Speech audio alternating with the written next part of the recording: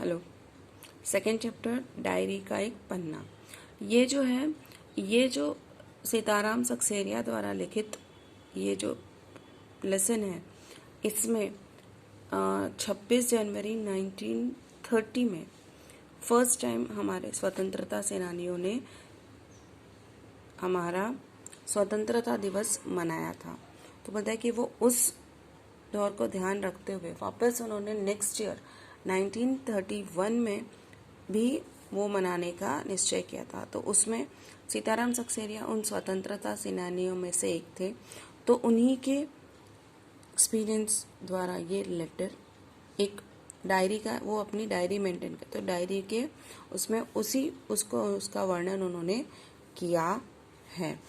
तो आज का दिन तो अमर दिन है, ये डायरी में लिखा हुआ है 26 जनवरी देखो 1931। तो वो कहते हैं आज का दिन तो अमर दिन है। आज के ही दिन सारे हिंदुस्तान में स्वतंत्रता दिवस मनाया गया था और इस वर्ष भी उसकी पुनरावृत्ति थी, जिसके लिए काफ़ी तैयारियां पहले से ही की गई थी। गत वर्ष अपना हिस्सा बहुत साधारण था। इस वर्ष जितना अपने दे सकते थे दिया था। केवल प्रचार में 2000 रुपया खर्च किया गया था। सारे काम का भार अपने समझते थे अपने ऊपर है, और इसी तरह जो कार्यकर्ता थे उनके घर जा जाकर समझाया था। यानी लास्ट ईयर जैसे 1930, आज का दिन बोलता है कि हमारे इसमें बहुत अमर दिन माना जाता है। देखिए आज के ही दिन सारी दुनिया हिंदुस्तान में स्वतंत्रता दिवस मनाया गया था। और बोलता है कि लास्ट ईयर की तरह इस साल भी उसका पुनरावृत्ति मीन्स वापस रिवाइज्ड होने वाला है, और इसके लिए बहुत सारी तैयारियां की गई थी। मीन्स गत वर्ष उसका हिस्सा बहुत साधारण था, सिंपल था। इस साल वो और भी ज़्यादा ये होना मीन्स सिर्फ उसके प्रचार के लिए ही, उसकी लोगों में प्रचार करने के लिए, लोगों को ये सब बताने के लिए उसके पीछे 2000 रुपीज़ खर्च किया गया था। और सारे काम का भार अपने समझते थे, यानी सब लोग जो भी कार्यकर्ता थे वो अपना, और जो समझते थे वो हर एक कार्यकर्ताओं को घर जा जाकर इसके बारे में समझाया जाता था। बड़े बाजार के प्राय मकानों पर राष्ट्रीय झंडा फहरा रहा था और कई मकान तो ऐसे सजाए गए थे कि ऐसा मालूम होता था कि मानो स्वतंत्रता मिल ही गई हो। कलकत्ते के प्रत्येक भाग में ही झंडे लगाए गए थे, मतलब कि बड़े बाजार में हर एक मकान पर अपना राष्ट्रीय ध्वज फहरा रहा था, और कई मकानों को तो इस तरह से सजाया गया था जैसे कोई बड़ा त्योहार हो और हमारे देश को स्वतंत्रता तो मिल ही गई हो, इस तरह से उसको सजाया गया था। और कलकत्ता के प्रत्येक भाग में हर एक जगह पे ये हमारे झंडे लगे हुए थे। जिस रास्ते से मनुष्य जाते थे उसी रास्ते में उत्साह और नवीनता मालूम होती थी। लोगों का कहना था कि ऐसी सजावट पहले नहीं हुई। देखिए जिस रास्ते से लोग गुजरते थे वहाँ पे एक नयापन, एक उत्साह, बहुत एक्साइटमेंट दिखाई देता था। ऐसा लगता था कि लोगों का कहना था कि ये जो सजावट ये सब हो रहा है उससे लग रहा है कि ऐसी सजावट बोलते हैं कि पहले कभी हुई ही नहीं है। पुलिस भी अपनी पूरी ताकत से शहर में गश्त देकर प्रदर्शन कर रही थी। मीन्स पुलिस भी बहुत अलर्ट थी, मीन्स उनको मालूम था, और वो पूरा गश्त देना मतलब वो घूम घूम कर कंट्रोल में सब रखने की कोशिश कर, ताकि किसी भी तरह का कोई ये लोग ये जुलूस न निकाल सके। ओके।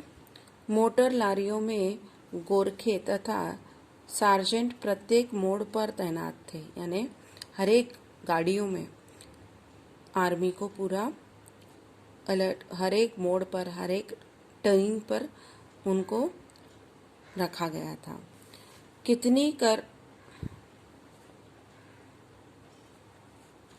कितनी लारियां शहर में घुमाई जा रही थी। घुड़सवारों का प्रबंध था। कहीं भी ट्रैफिक पुलिस नहीं थी। मतलब है कि कितने तो लॉरियां शहर में घूम रहे थे, यानी पुलिस वाले। ओके, और कोई भी ट्रैफिक पुलिस नहीं था। सारी पुलिस को इसी काम में लगाया गया था। ट्रैफिक पुलिस को भी यही काम में लगा दिया गया था। बड़े बड़े पार्कों तथा मैदानों को पुलिस ने सवेरे से ही घेर लिया था। बड़े बड़े पार्क और मैदानों को पुलिस ने पहले से ही उसको घेर कर रखा था, ताकि वहाँ पे कोई जमावट ना हो, लोग ये ना हो। मॉन्यूमेंट्स के नीचे जहाँ शाम को सभा होने वाली थी, उसी जगह को तो भोर में 6 बजे से ही पुलिस ने बड़ी संख्या में घेर लिया था। पर तब भी कोई जगह तो भोर में ही झंडा फहरा गया।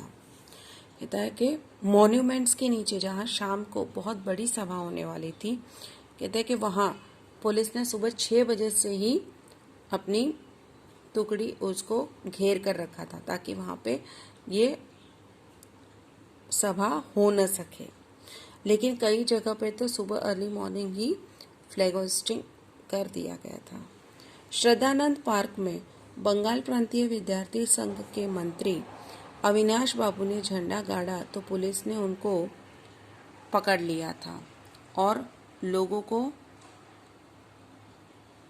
मारा या हटा दिया गया था। कहते हैं कि श्रद्धानंद पार्क में बंगाल प्रांतीय विद्यार्थी संघ के मंत्री जो थे, जिनका नाम था अविनाश बाबू, उन्होंने जब सुबह झंडा गाड़ा, मतलब फ्लैग होइस्ट किया, तो उनको पुलिस ने पकड़ लिया और उनके साथ जितने भी लोग थे उनको वहां से हटा दिया गया या किसी को मार दिया गया। तारासुंदरी पार्क में बड़ा बाजार कांग्रेस कमेटी के युद्ध मंत्री हरिश्चंद्र सिंह झंडा फहराने गए, पर वे भीतर न जा सके। कहते हैं सुंदरी पार्क में भी कांग्रेस पार्टी के मंत्री जो हरिश्चंद्र थे, वो भी फ्लैग होस्ट करने गए थे, लेकिन वहां वो जा न सके क्योंकि वहां भी पुलिस थी और पुलिस ने उन्हें जाने नहीं दिया। वहां पर काफी मारपीट हुई और 2-4 आदमियों के सिर फट गए। गुजराती सेविका संघ की ओर से जुलूस निकला, जिसमें बहुत सी लड़कियां भी थी, उनको गिरफ्तार कर लिया गया। देखिए वहां पे उनको जाने नहीं दिया, काफी मारपीट हुई और गुजराती सेविका संघ की जो ओर से एक प्रोसेशन निकला, उसमें बहुत सारी लड़कियां थी, उनको भी अरेस्ट कर दिया गया। ये पूरा वो एक दिन का उन्होंने एक डायरी के उसमें जैसे डेली रूटीन लिखते हैं ना, वैसी उनको हैबिट थी, तो उन्होंने ये डायरी में उस दिन का पूरा वर्णन किया है 26 जनवरी 1931 का। ओके, 11 बजे मारवाड़ी बालिका विद्यालय की लड़कियों ने अपने विद्यालय में झंडोत्सव मनाया। ओके, 11 बजे मारवाड़ी समाज की बालिकाओं ने अपने ही स्कूल में, अपने ही उसमें उन्होंने फ्लैग फेस्टिवल मनाया। जानकी देवी मदालसा यानी मदालसा बजाज नारायण आदि भी गई थी। उसी प्रोग्राम में जानकी देवी, मदालसा मैडम, ये सब भी वहां पे गए थे उस प्रोग्राम में। लड़कियों को उत्सव का क्या मतलब है समझाया गया। वहां जाकर उन्होंने इन लड़कियों को ये उत्सव का क्या मीनिंग है उसको वो उन्होंने समझाया। एक बार मोटर में बैठकर सब तरफ घूमकर देखा तो बहुत अच्छा मालूम हो रहा था। इनसे एक बार गाड़ी में घूम के सब जगह फेरी लगाई तो ये सब देखकर बहुत अच्छा लग रहा था। जगह जगह फोटो उतर रहे थे। अपने भी फोटो का काफी प्रबंध किया गया था। तो जगह जगह जहाँ जहाँ फोटो यानी फोटो क्लिक किए जा रहे थे, बोलते कि हमारे भी फोटो का बहुत ही अच्छा इंतजाम किया हुआ था। 2-3 बजे कई आदमियों को पकड़ लिया गया, जिसमें मुख्य पूर्णोदास और पुरुषोत्तम राय थे। और 2-3 बजे के करीब को बहुत सारे आदमियों को पकड़ लिया गया, जिसमें पूर्णोदास और पुरुषोत्तम राय थे मुख्य। सुभाष बाबू के जुलूस का भार पूर्णोदास पर था, पर यह प्रबंध कर चुका था। स्त्री समाज अपनी तैयारी में लगा हुआ था। मैं सुभाष बाबू का जो जुलूस निकला उसमें उसका पूरा जो भार था, यानी पूरा जो अरेंजमेंट, पूरी जो रिस्पॉन्सिबिलिटी थी वो पूर्णोदास की थी और उसने अपना काम पूरा कंप्लीट कर लिया था। स्त्री समाज अपनी तैयारी में लगी हुई थी। जगह जगह से स्त्रियां अपना जुलूस निकालने की तथा ठीक स्थान पर पहुंचने की कोशिश कर रही थी। मीन्स वो जुलूस के साथ अपने अपने ग्रुप के साथ वो जो जगह को ये की थी, डिसाइड की थी, वहां आने की। मॉन्यूमेंट के पास जैसा प्रबंध भोर से था वैसा करीब 1 बजे नहीं था। यानी मॉन्यूमेंट्स के वहाँ जैसे पुलिस का जो कड़ी ये थी वो आफ्टरनून के टाइम पे इतना नहीं था। इससे लोगों को आशा होने लगी कि शायद पुलिस का रंग न दिखलावे, पर वह सब रुकने वाली थी। उनको ऐसा आशा हो गई थी कि शायद पुलिस अपना रंग नहीं दिखाएगी, बोलते कि वो अंदर जा सकेगी। और ये लेडीज ये भी कहाँ रुकने वाली थी किसी के रोकने पर। 3 बजे से ही मैदान में हजारों आदमियों की भीड़ होने लगी और लोग टोलियां बना बनाकर मैदान में घूमने लगे। मीन्स करीब 3 बजे से ही वहाँ पे लोगों की आना शुरू हो गया और लोग ग्रुप बना बनाकर वहाँ पे घूमे। आज जो बात थी वह निराली थी। मीन्स आज की जो बात थी वो एकदम ही अलग थी।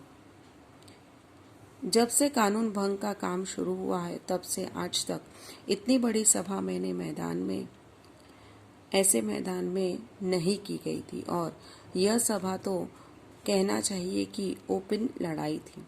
बोलता है कि इतने कानून भंग शुरू हुए थे लेकिन आज तक इतनी बड़ी सभा इस मैदान में नहीं हुई थी। और बोलते हैं कि ये तो ओपन खुली लड़ाई ही कहा जाएगा। पुलिस कमिश्नर का नोटिस निकल चुका था कि अमुक अमुक धारा के अनुसार कोई सभा नहीं हो सकती। मीन्स पुलिस का ऑर्डर निकल चुका था पुलिस कमिश्नर का कि कोई धारा के तहत, जैसे अभी अपना 144 लगा था मतलब कर्फ्यू, तो बोलता है कि ये धारा के तहत सभा नहीं हो सकती। जो लोग काम करने वाले थे उन सबको इंस्पेक्टरों द्वारा नोटिस और सूचना दी गई थी। मीन्स वहाँ जो मैदान में काम करने वाले लोग थे उनको पुलिस ने पहले से ही नोटिस दे दी थी कि आप यदि सभा में भाग लेंगे तो दोषी समझे जाएंगे। मीन्स आप अगर इस सभा में पार्टिसिपेट करोगे तो आपको दोषी माना जाएगा और आपको पकड़ भी सकते हैं। इधर काउंसिल की तरफ से नोटिस निकल गया था कि मॉन्यूमेंट के नीचे ठीक 4:24 पर झंडा फहराया जाएगा।